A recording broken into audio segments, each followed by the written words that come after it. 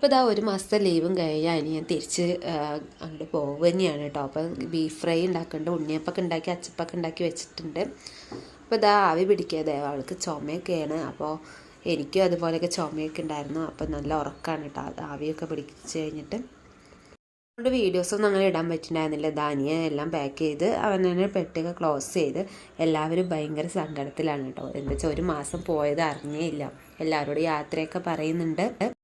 ഇത് കുറച്ച് ലേറ്റായിട്ട് ഞാൻ വീഡിയോ തന്നെ ഇടുന്നത്. എന്താ വെച്ചാൽ ഇതിനുള്ള വോയിസ് ഓവറൊന്നും കൊടുക്കാൻ എനിക്ക് ഒട്ടും സൗണ്ടൊന്നും ഉണ്ടായിരുന്നില്ല. അപ്പോൾ അവൻ്റെ ഫ്രണ്ട്സൊക്കെ വന്നിട്ട്, ഞങ്ങളുടെ കസിനാണ് കേട്ടോ വണ്ടിയൊക്കെ എടുത്തിരിക്കണ ആരുമാണ്. അപ്പോൾ അവൻ്റെ കൂടെയാണ് പോകുന്നത്. അച്ഛൻ പോകുന്നുണ്ട്, പിന്നെ അനിയത്തിയും അനിയനൊക്കെ വേറെ പോകുന്നുണ്ട്. അപ്പോൾ അത് അവൻ പോകാൻ നിൽക്കുകയാണ്. അപ്പോൾ മുഖത്ത് ഭയങ്കര ചെറിയ ഇതൊക്കെ ആണെങ്കിൽ ആൾ ഭയങ്കര സങ്കടത്തിലാണ്. കാരണം 1.5 വർഷം 2 വർഷത്തിന് ശേഷമല്ലേ എത്തിയത്. അത് ഒരു 30 ദിവസത്തെ ലീവ്. വീഡിയോ ഒന്നും എടുക്കാൻ പറ്റില്ല, അന്ന് വയ്യാത്തതുകൊണ്ട്. അപ്പോൾ അടുത്ത വീഡിയോ കാണുന്നവരെല്ലാവർക്കും ബൈ.